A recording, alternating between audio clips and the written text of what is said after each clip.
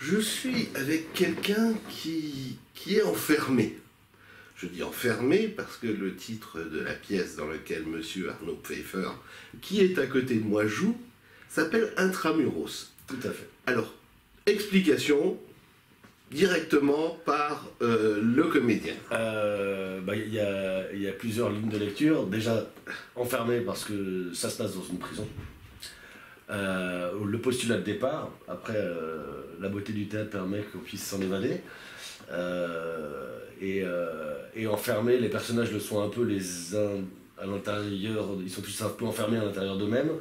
Et par le biais du théâtre, en tant que metteur en scène et ici professeur de théâtre au sein d'un milieu carcéral, permet, un peu comme l'art-thérapie, d'essayer de libérer la parole et de faire sortir les gens de l'intérieur d'eux-mêmes. Et c'est assez beau à faire et à voir chaque jour. Alors tous les jours, est-ce qu'il y a des choses qui changent ou est-ce que... Bon, d'abord, c'est pas la première distribution. La pièce, elle est sur scène depuis...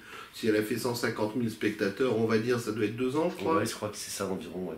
Depuis mars 2017, je crois, la création. Donc ça fait quand même quelques temps. Le créateur de la pièce, depuis, a fait quelques grands succès, on peut le dire. Edmond, entre autres. au théâtre et au cinéma. Oui. Et je lui souhaite la future à venir à la Scala, à partir de la rentrée, je crois, 2020. Bon, enfin, on va rester pour l'instant dans Intramuros. Alors, comment t'es venu le rôle? Comment le rôle est arrivé sur ton bureau où tu t'es dit « Ah, ça ». Je finissais de jouer une pièce qui s'appelle Politiquement Correct de Salomé Lelouch, qui a d'ailleurs été créée ici en septembre 2016, et puis on avait repris le spectacle la saison dernière au Théâtre de l'Œuvre, et on a fini au mois de mars-avril, quelque chose comme ça, et j'avais pas trop de visibilité pour la saison à venir, et du coup je me suis dit il faut que je dise à tout le monde que je souhaite travailler, parce que des fois on travaille pas dans le métier, donc il y a des gens qui n'osent pas trop le dire. Moi j'ai distribué des cartons de chômage entre guillemets partout. Et c'est tombé dans l'oreille du producteur d'Acmé, Benjamin Belcourt, qui a appelé Alexis en lui disant j'ai cru entendre dire que Arnaud il cherchait du travail, donc comme tu cherches quelqu'un pour jouer le rôle de Richard, je te propose de pouvoir l'auditionner. Après, libre à lui de m'accueillir ou non. Donc il a vu plusieurs personnes et il m'a dit banco. Donc j'ai su ça au mois de fin mai. Longue préparation ou on prend un peu exemple sur ce que les comédiens précédents avaient fait? Non, moi j'ai beaucoup travaillé cet été. Comme il y avait assez peu de répètes et qu'il faut arriver texte su en connaissant les déplacements sur la base d'une vidéo, je m'en suis imprégné pour ne plus être embêté des déplacements. Après je le fais avec la personne que je suis, donc c'est très différent des autres, mais les autres diront que c'est différent. On est tous différents, mais j'essaie surtout d'y mettre de l'humanité en fait. Alors différent à cause de l'humanité, donc le grain de sel d'Arnaud Pfeiffer, c'est le côté humain. Tout le monde l'est, hein. Tout le monde l'est, mais j'essaie vraiment de m'atteler à être le plus en empathie et le plus avec les personnes possible quand je suis à l'écoute. En fait, j'oublie chaque jour que je sais que le dénouement va faire que les choses vont se décanter. Donc j'essaie vraiment, vraiment d'être pleinement avec les gens avec qui je suis. Après, le personnage est un peu ringard, mais ça, il faut pas y penser, je pense. Parce que ça sert à rien de le mobiliser plus que ça. Parce que c'est écrit comme ça, en fait. Oui, mais ringard... Et puis en même temps, c'est un compliment, moi j'aime bien ça. parce que ça donne un peu de légèreté, et puis c'est sensible, en fait. C'est terriblement sensible, parce que des fois, il est un peu gauche, mais il est volontaire. Donc, il n'y a que quand on tombe, hein, faut essayer les choses pour tomber. Si on tombe jamais, c'est qu'on n'essaye pas, quoi. On en revient un peu à toute l'équipe de cette distribution. Certains étaient déjà, j'imagine, dans les rôles. Ouais. Donc comment on s'intègre à une équipe? Là, il y avait, sur la reprise, donc on est 5 acteurs et un musicien, il y avait trois rôles qui reprenaient. Donc il y avait le rôle de Jeanne, qui jouait en alternance, la reprise c'était Chloé Berthier, que je connaissais, parce qu'on était au studio de théâtre d'Asnières à l'époque, à l'école ensemble en 2003, 2004, 2005. Tu vas nous dire ce que fait Jeanne quand même. Et Jean Ferneroux qui joue le rôle de Ange, qui reprenait. Donc on avait déjà 3 sur 5 personnes qui reprenaient le rôle. Il y avait du coup le rôle de Kevin, qui sont des gens qui jouaient déjà et qui ont tourné.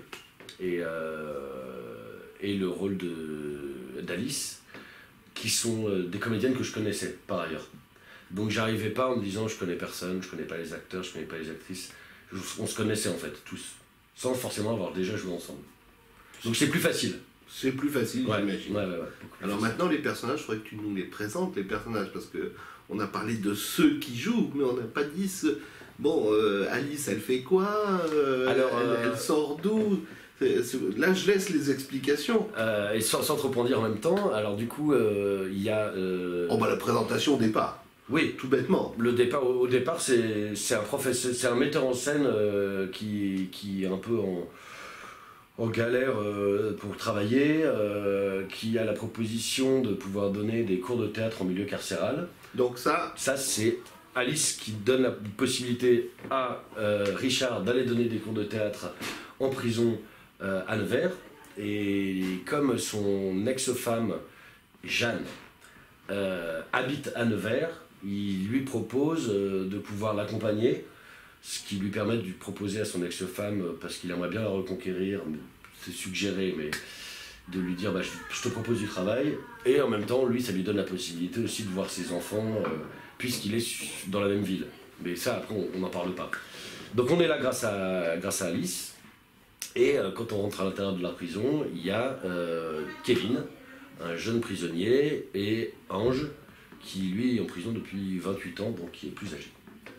Et c'est le plus jeune qui propose aux plus âgés de faire ce... Voilà, sans aller plus loin. Tout à fait. Grâce à Kevin, Ange accepte de pouvoir y venir. Ça c'est du off, en fait, on en apprend un peu plus après. Et au fur et à mesure de l'avancement, puisque j'essaie de dire aux gens, parlez-nous de vous, pourquoi vous voulez venir à un cours de théâtre. Donc on en apprend un peu du passif, du pourquoi, du comment ils sont ici, et de leur personnalité. Et après, un peu comme dans toutes les pièces d'Alexis, il y a différents tiroirs qui s'ouvrent, et puis on en met un peu dans l'un, dans l'autre, pour avoir une pièce globale où tout s'entremêle un peu au fur et à mesure de la pièce. Comment réagit le public tous les soirs? Est-ce que c'est toujours la même chose? Ils réagissent au même moment de telle façon? Ou est-ce qu'il y a vraiment des... Non, c'est vraiment différent chaque soir. Après, il est impactant, le spectacle, et les gens sont toujours bouleversés, en fait. Et en même temps, ce qui est super, c'est qu'on rit. C'est pas... c'est comme dans la vie, en fait. Hein. Des fois, on rit, des fois, on pleure, des fois, on est touché. Des fois, c'est plus léger. Et il y a beaucoup de jeunes, donc ça c'est bien. Il y a beaucoup de jeunes, pas que, mais c'est bien d'avoir des jeunes au théâtre, parce que si on veut en faire dans 20 ans, il faut quand même qu'il y ait des gens de 20 ans qui viennent aujourd'hui pour pouvoir remplir les spectacles de demain. Et par contre, ça parle à tout le monde. Alors, ça parle à tout le monde parce que c'est très humain, parce qu'objectivement, le début c'est un peu déroutant, on est dans un milieu, c'est un peu sombre, c'est la prison, on sent que les gens un peu se disent oulala. Ils hameçonnent parce qu'ils se disent bon, j'ai déjà vu des pièces d'Alexis, ça va nous emmener ailleurs, mais au début c'est vrai qu'on ne sait pas trop où on est, en tant que spectateur en tout cas. Oui. Et puis quand où là une chose similaire à chaque soir, c'est quand les indications sont données et que les gens commencent à tisser le lien en disant ah d'accord, ah ok, et ça c'est assez jouissif parce qu'on sent que les gens commencent à mettre le puzzle en forme, et puis la machine s'emballe, ça va de plus en plus vite, et puis le puzzle il se fait tac tac tac tac comme ça. Oui, mais enfin on croit qu'on a le puzzle et en fait il est inversé, il est retourné. Je ne dirais pas que c'est la face A du puzzle, c'est pas la bonne. Après on croit que c'est la B, mais non, c'est pas ça. Il faut regarder de côté, c'est la C qui marchera. Mais c'est... Mais c'est étonnant d'ailleurs, non, quand on le joue, on l'a ingurgité en fait le spectacle, et puis on est là pour toucher les gens, et surtout qu'ils se divertissent, et puis qui sortent de leur quotidien, on va un spectacle qui les fait voyager. Mais il y a même plus de pudeur quand on sort après le spectacle et qu'on voit les gens qui viennent nous voir en disant oh là là, j'étais bouleversé, parce que nous on s'est rhabillés, on a remis nos pudeurs à nous en fait. Et puis c'est presque comme si ça ne nous appartenait plus en fait. On a transmis quelque chose, mais après le ressenti émotionnel ça ne nous appartenait plus. C'est peut-être parce que moi je suis un peu pudique, alors que sur scène on fait des galipettes, ce qui est assez marrant, mais ça marche. Et puis ce qui est chouette, c'est que les gens ils voyagent, et puis qu'on voyage avec eux. Ouais, ils voyagent en prison hein, aussi. Ils voyagent en prison, pas que, mais ouais, bien sûr. Ouais. Ils voyagent plus que moi, parce que moi je suis toujours sur le plateau, et il y a beau avoir des changements de lumière, d'espace, de choses, moi je reste sur le plateau. C'est vrai, je réalise seulement maintenant, c'est 100% sur la scène. Ben ouais, ce qui est assez logique d'ailleurs. Oui, mais enfin bon, les autres, ils sont presque là tout le temps aussi. Ouais, tout le temps. Il y a des moments où il y en a un qui sort et qui va avant. Oui, mais vraiment, c'est pour quelques secondes. Ce qui est super, c'est d'avoir des acteurs... tous qui soient à l'écoute, bienveillants. Parce que comme on regarde les scènes des autres, on se nourrit aussi des fils tendus entre chaque acteur. Et il n'y a que des acteurs bienveillants qu'on est content de retrouver le soir. C'est important parce que la star, c'est le spectacle en fait aussi. Parce que c'est pas un spectacle où il y a une tête d'affiche et puis à côté 3-4 personnes qui ont des petits rôles. Là, faut qu'on soit tous là, vraiment au présent et à fond. Parce qu'au départ, il y a quand même une table, un lit et 5 chaises. Il n'y a rien d'autre, quoi. Et un musicien qui, quand même, en fait beaucoup. Parce que ça porte, et puis c'est super de jouer avec un musicien sur scène. C'est génial. Ça se fait de plus en plus, d'ailleurs, j'ai l'impression. C'était la première fois que tu travaillais avec un musicien sur scène ? Sur un spectacle de théâtre, non, c'est pas la première fois. Parce que j'ai déjà travaillé sur un autre spectacle avec Raphaël Charpentier qui a fait la création musicale de ce spectacle, qui était sur la première distribution. On avait fait un autre spectacle avec lui, avec ma compagnie, spectacle qu'on avait fait au Bouffe du Nord, qui s'appelait Notre crâne comme accessoire, et c'est d'ailleurs à la suite de ce spectacle que Paul Janson avait été embauché par Alexis Michalik pour la création du rôle de Richard dans Intramuros, et il a fait venir, ou en tout cas il a proposé à Raphaël qui a été pris sur le spectacle. Là la musique elle est forte parce que il y a des moments où c'est vraiment similaire quand tu as 3 notes et qu'on sent que les gens c'est impactant en fait, on se dit bon bah c'est la bonne note, je sais pas, ça fonctionne, même moi je suis toujours vraiment pris, c'est super, puis c'est porteur, et puis ça aide beaucoup. Je sais pas si le spectacle serait si fort émotionnellement sans musique. Un peu comme du cinéma d'ailleurs, on se dit bon sans le son, est-ce que c'est parce qu'il y a les violons qu'on a envie de pleurer ou est-ce que c'est la situation ou quoi, mais c'est super, moi je trouve ça génial. La première fois que tu as rencontré Alexis Michalik pour la pièce Alexis Alexis moi je le connais depuis longtemps parce que j'ai commencé à jouer au Ciné 13 chez Salomé Lelouch en 2005-2006 et lui il commençait à faire aussi ses spectacles, donc avec ma compagnie, on se partageait les 19h, les 21h, et puis inversement. Mais pour cette pièce, j'ai fait une lecture chez lui au mois de mai. Et après la lecture, il m'a dit banco, c'est bon. Donc je me suis dit ouf, j'ai quand même l'été pour apprendre le texte. Côté mise en scène, est-ce qu'il y a eu des changements de mise en scène entre les différentes bandes d'artistes en bande ? Non, en fonction des lieux, des fois il y a peut-être des histoires de déplacement, mais sinon la mise en scène elle est la même, ça fonctionne très bien comme ça.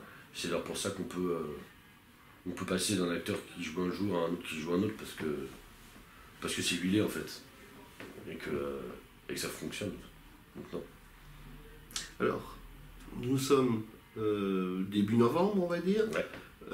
La pièce a repris il y a quelques Elle mois a déjà. repris fin du mois de septembre, il me semble. Oui. Enfin, c'est à peu près l'époque où je l'ai vue. Elle est prévue pour rester dans les lieux du théâtre de la Pépinière à aujourd'hui jusqu'à quand ? Pour l'instant, 31 janvier. On aura des nouvelles dans le mois, à savoir si on finit la saison ou pas. J'ai bon espoir. Bon, c'est tout le mal qu'on va te souhaiter. J'espère. Bon, alors on rappelle que c'est au théâtre de la Pépinière. C'est au théâtre de la Pépinière Opéra, 7 rue Louis-le-Grand, à Paris dans le 2e, à 19h, du mardi au samedi, et également à 16h le samedi. Et ça dure combien de temps? 1h40. 1h40. Et puis il faut partir après parce qu'à 21h, il y a autre chose. Ouais, donc c'est pour ça qu'il faut vraiment que ça dure 1h40. Mais c'est bien, il y a du rythme. Moi j'aime bien quand il n'y a pas de temps psychologique, il faut que ça avance. Bon, on se dit pas bientôt tout de suite, puisque si tu es là jusque fin janvier ou jusque fin juin, bon, ben on se verra pour la prochaine alors. Pour Avec la prochaine grand plaisir. pièce. Ouais. Merci. Merci à vous.